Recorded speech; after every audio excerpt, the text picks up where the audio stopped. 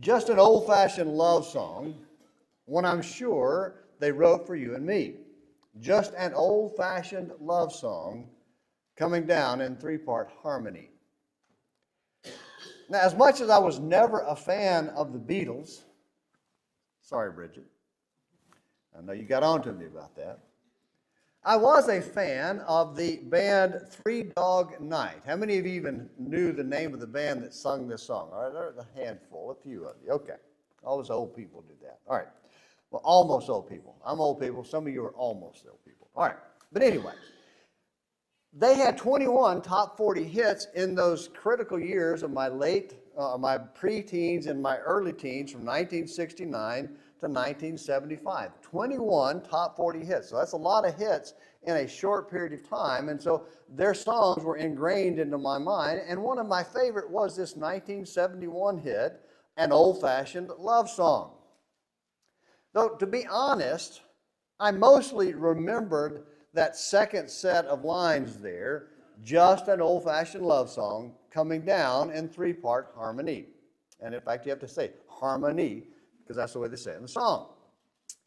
Unfortunately, now I know why those are the two lines that I remember, because they were in my mind as I was getting ready for this lesson tonight, and as I was thinking about it, I had to go look it up and listen to it, and over half of the 3+ minute long song is them just repeating that line.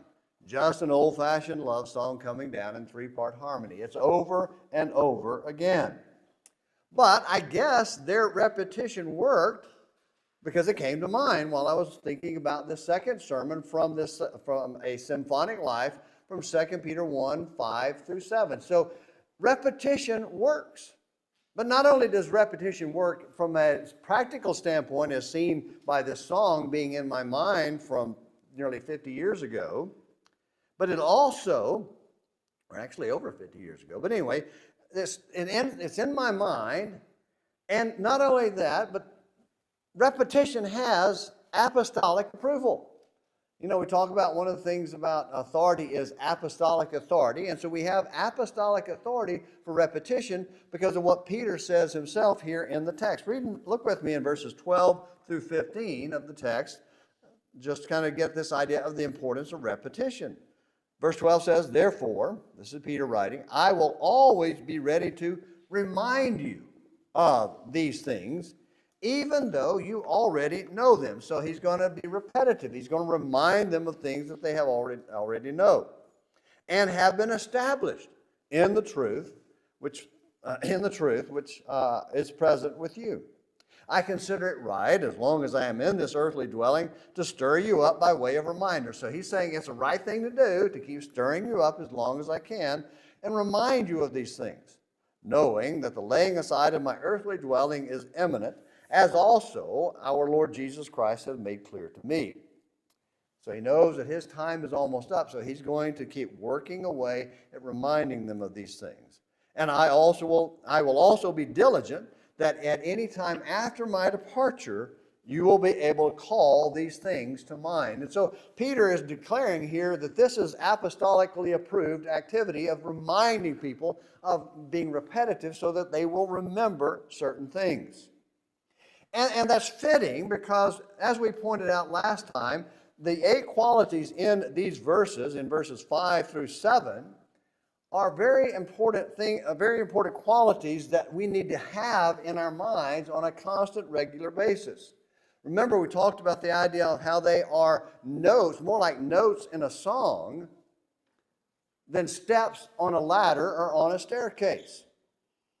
You know, sometimes we, as I pointed out last time, I was taught and saw this all along as a young man, that you've got faith, and then you got the moral excellence, then you got the knowledge and the self-control. You worked your way up the stair steps or up the staircase or up the ladder and got these one at a time.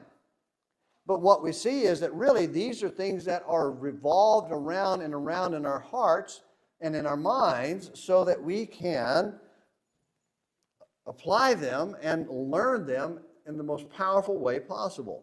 Because if we just pick out one and then move to the next one, by the time we get to the third or fourth one, we're going to forget what was in the first one. It's an ever-changing. They grow in our heart as we repeat them in an ever-changing order so that we can have a symphonic life that is in harmony with God and with our brethren. Last week, we also defined the idea of a symphonic life. We said a symphonic life is one filled with complex, interwoven themes and rich, layered relationships. And then, as you see on the PowerPoint, you see all of these characteristics just kind of working together, blended together into this beautiful harmonic song and harmonic life or symphonic life that pleases God, that's in connection with God.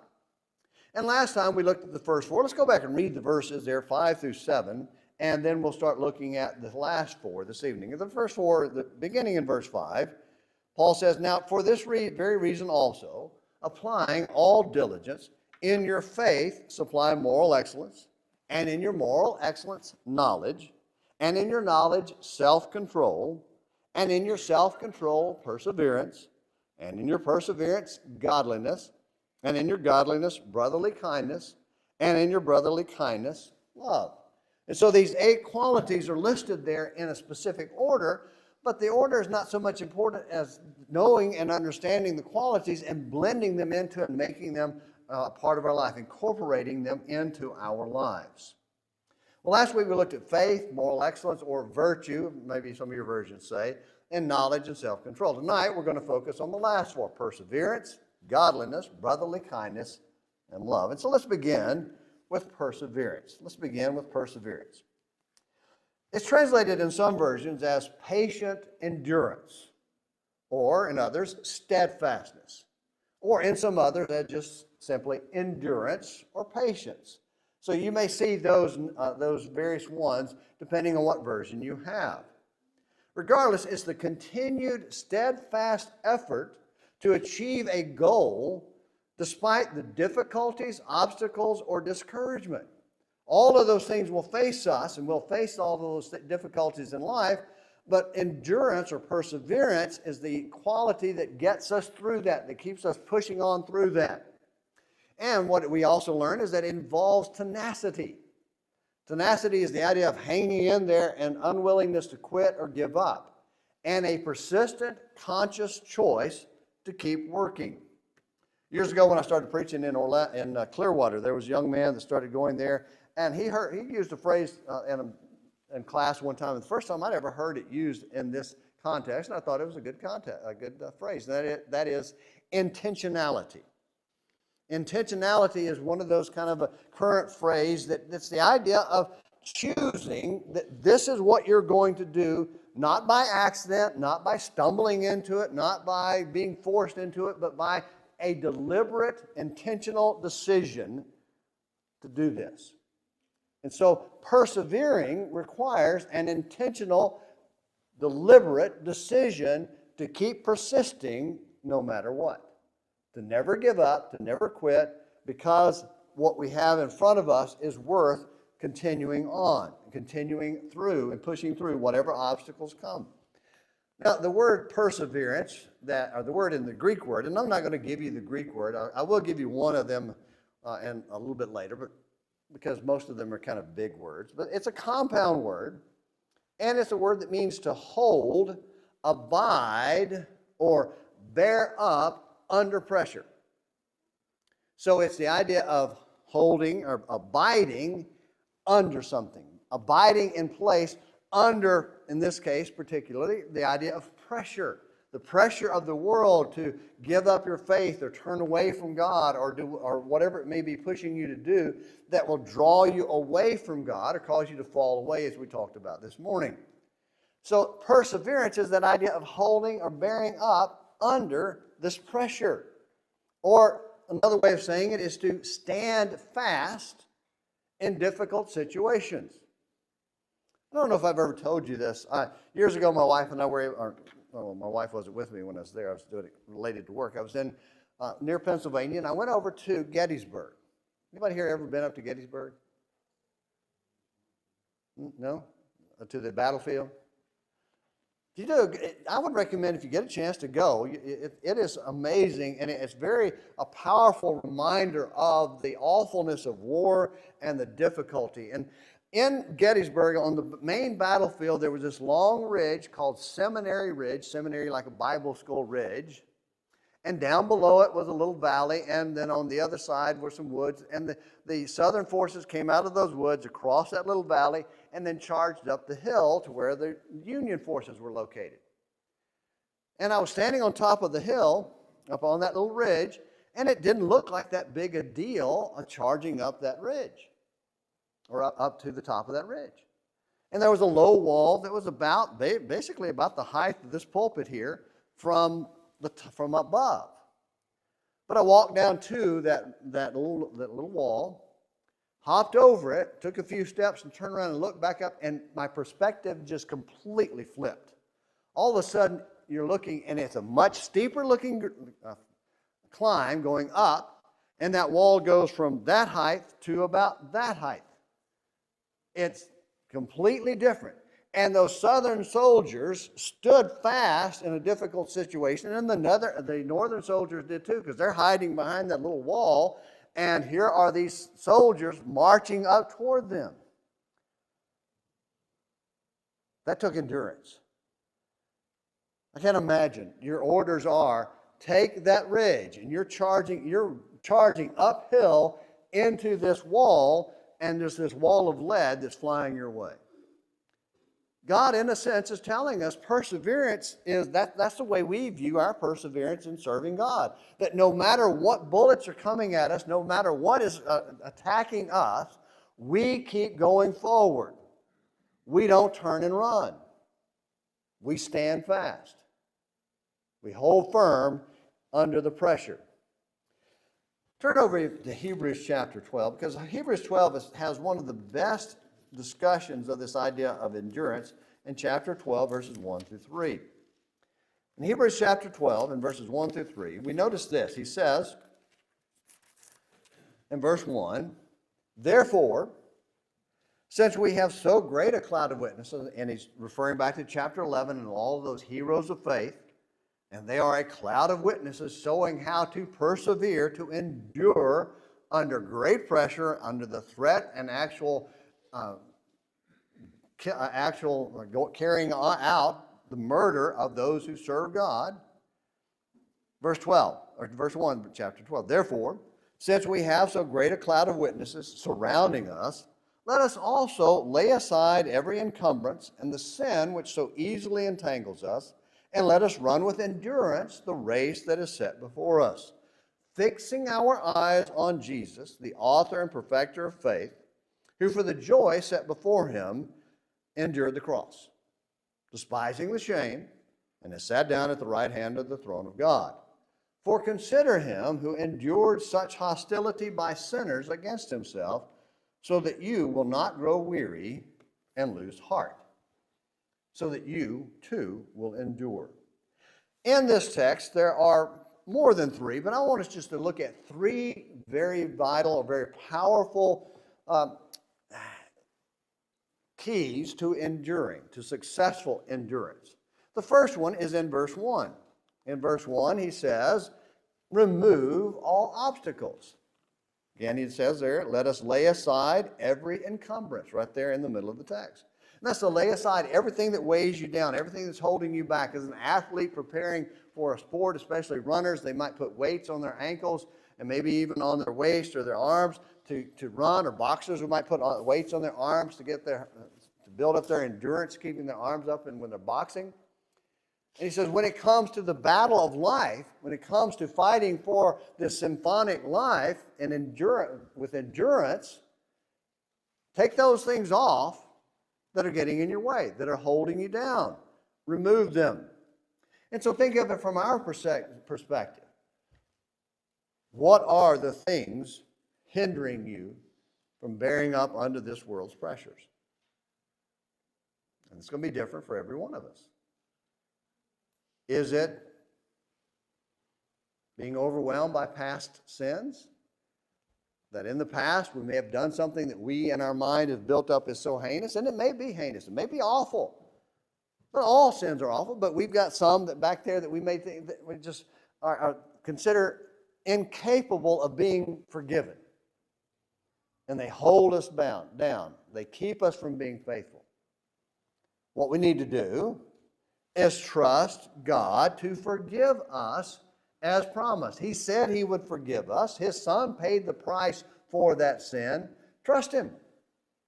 Lay it at his feet and let him carry that burden.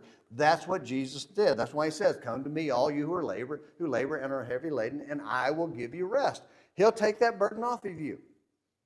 Or perhaps you're held back by current temptations. Maybe there's something in your life that just you can't shake, some sin that just keeps picking at you and drawing you away and getting you to slip and fall, like with the climber that we were talking about this morning. Just every time you get you feel like you're getting somewhere, your hands, you lose your grip and you fall back again. Look for a way of escape. God has promised that he will give us a way of escape from every temptation. Now, sometimes that way of escape might be pretty serious. Maybe there's a problem with looking at things on the internet. Make sure your wife has to, if that's a problem, make sure your wife has to look at everything you look at. Or make it where she has to unlock it. Find ways to get an escape from things that are tempting to you, whatever it may be. Or perhaps you feel strung out by all of the obligations in life, especially all you young people. You got kids in school or little kids even, and you got your jobs, and you got church, and you got all your other obligations. You got all of these things in your way, in your life, and you just feel like you're just being torn and pulled in so many different directions. How do you deal with that? Simplify. Just have to simplify, perhaps, and maybe radically so, or maybe just a little bit. Make a list of all your obligations. And I'll tell you right now, if you find any obligation that's ungodly, cut that one now. Just get rid of that. Don't be trapped into doing something that's wrong. Then and once you eliminate all those, examine the ones, and hopefully there aren't any, but if there are any, they're eliminated. Then examine the ones that eat up so much of your time and quantify their spiritual impact. The things that you're doing, the things that you're involved in, and I'm talking about voluntarily, not work and things like that. Everybody has to work, I understand that. But quantify their spiritual impact. And any purely voluntary thing that consistently interrupts and keeps you from worshiping and being with your brethren, you really need to consider whether it's something to let go and to eliminate, because it's not worth your soul. No matter how much fun it might be, or how much it may appeal to you, God needs to come first. The second key is take the next step. Run the race. Continuing in verse 1, he says, therefore, since we have so great a cloud of witnesses surrounding us, let us also lay aside every encumbrance and the sin which so easily entangles us, and let us run with endurance the race that is set before us. The other day, Brady was talking about running, and that he and Blake and Jordan run like 2 hours. I told him, I said, if you ever hear that I died running, I'm going to tell you right now, it was murder. It was murder. Just understand that. Because I was either trying to run away from a murderer and they got me, or they got me and then threw me out in a way to make it look like I was running. And I did run when I was young. When I was their age, I did run some, but never 2 hours. I don't know how y'all do that. But anyway.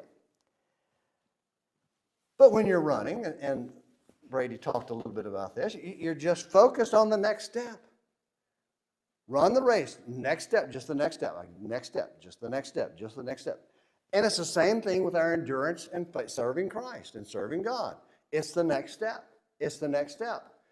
Just keep focusing on the next step so that you will complete the race. And all of a sudden what you'll find is you've come to the end and you finish the race.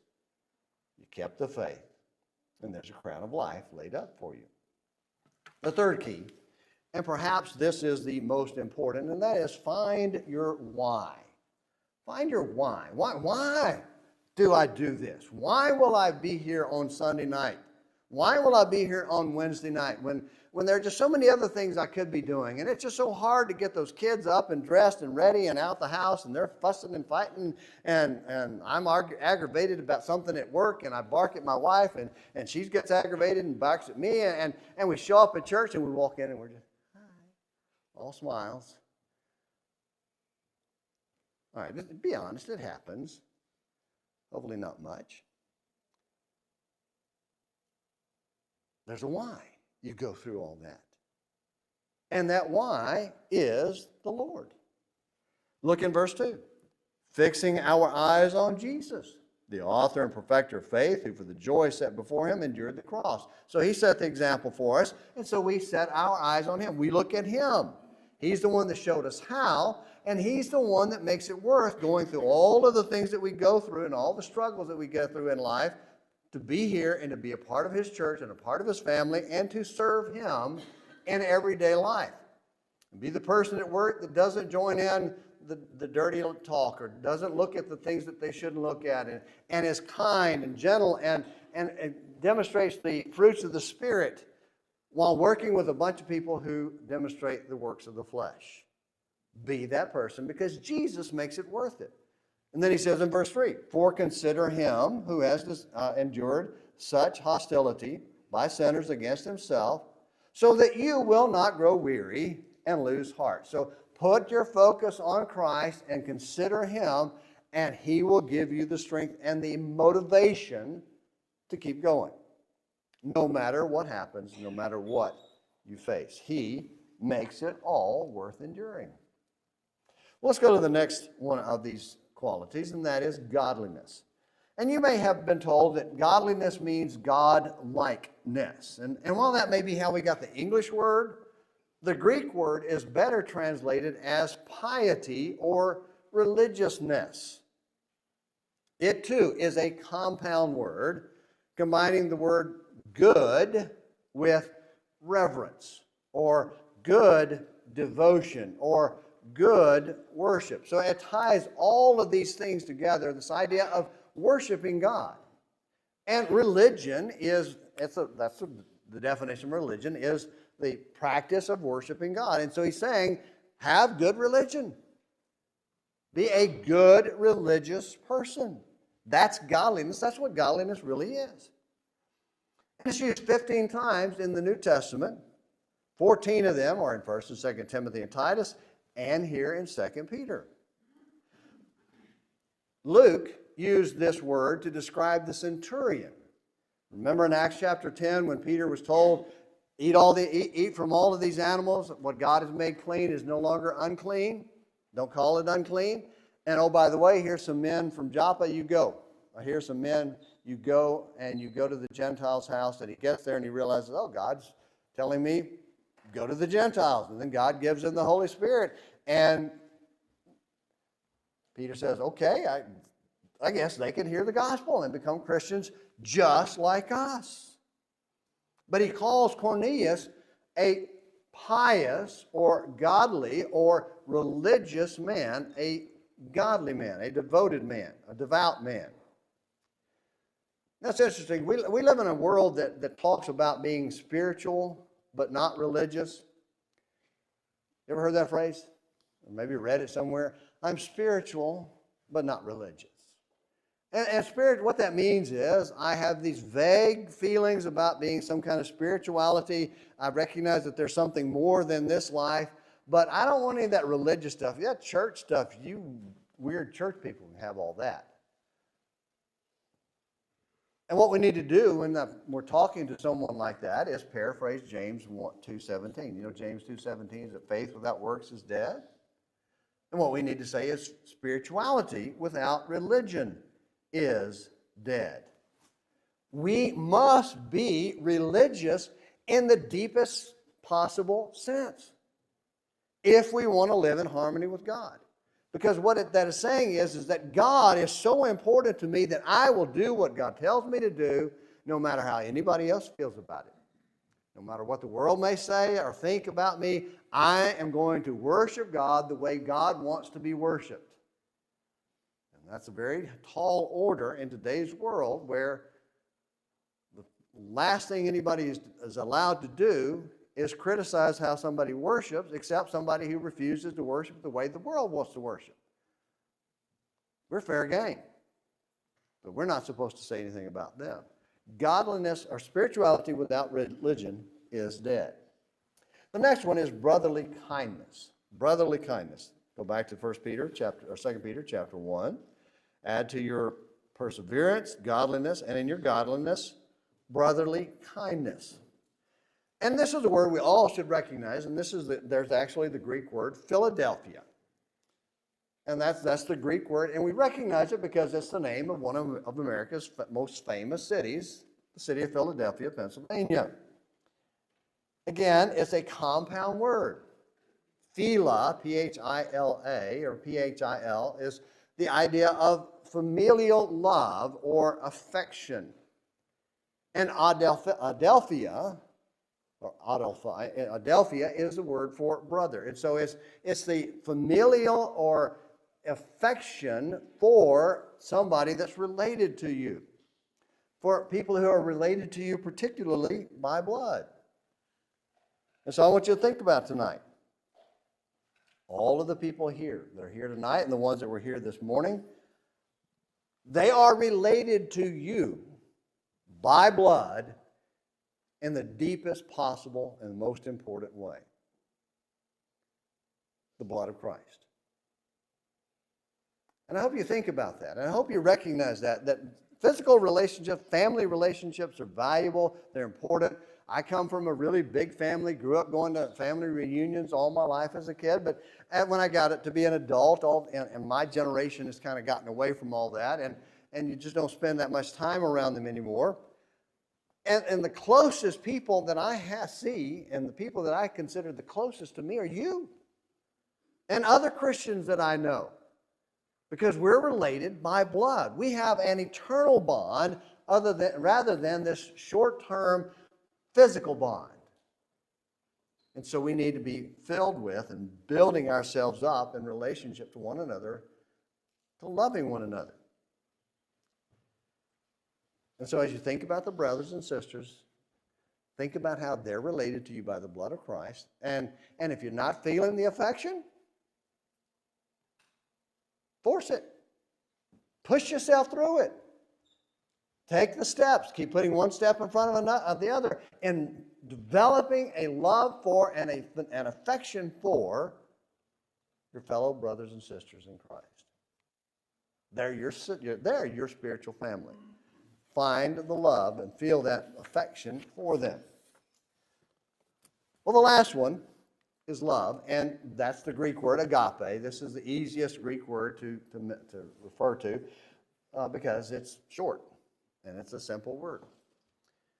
And it means a holy, self-giving disposition toward others.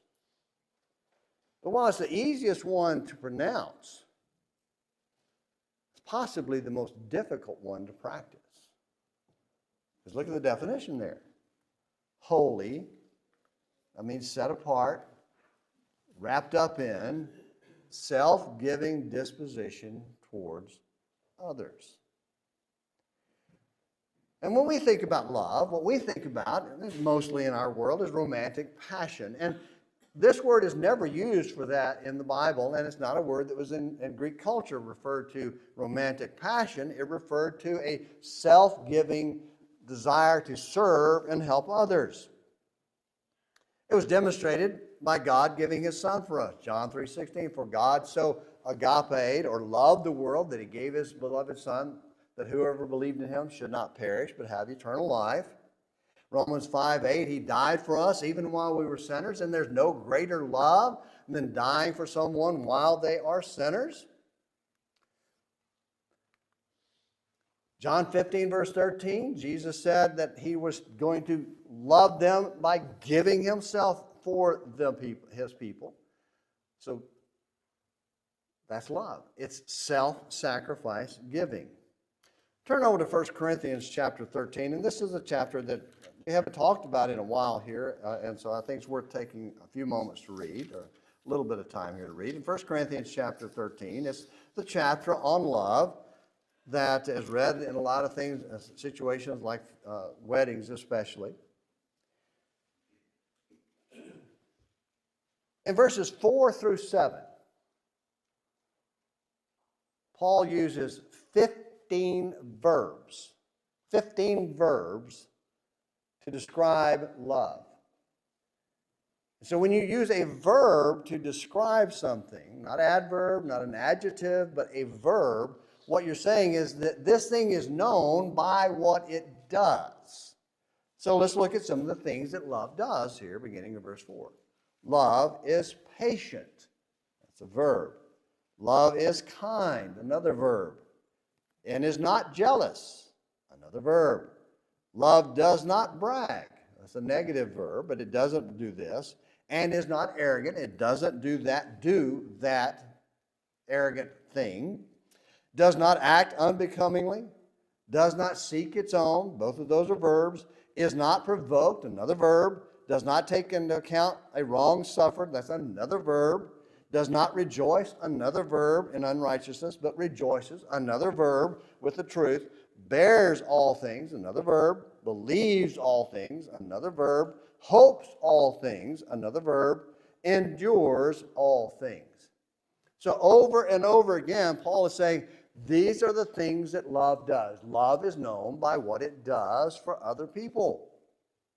So this is not something that we fall in and out of.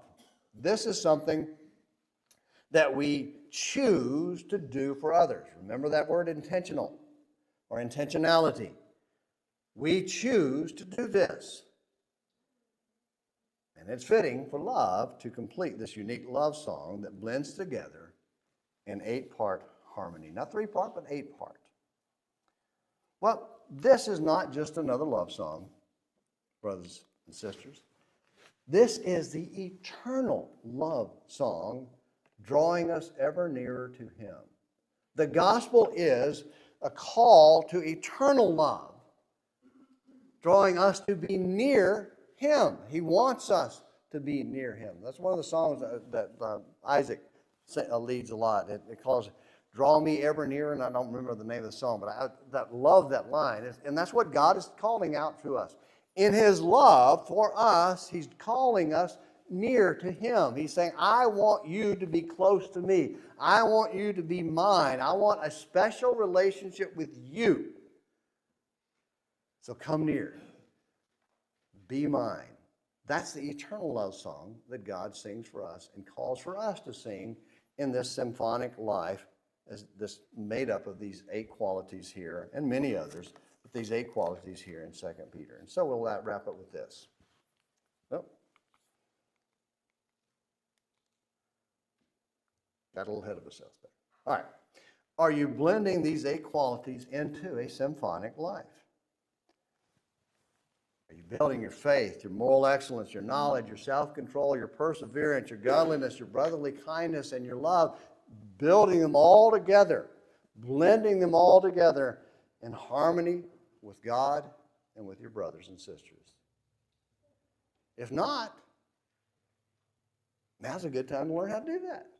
Now's a good time to start practicing it. Because you know what you have right now? You have now.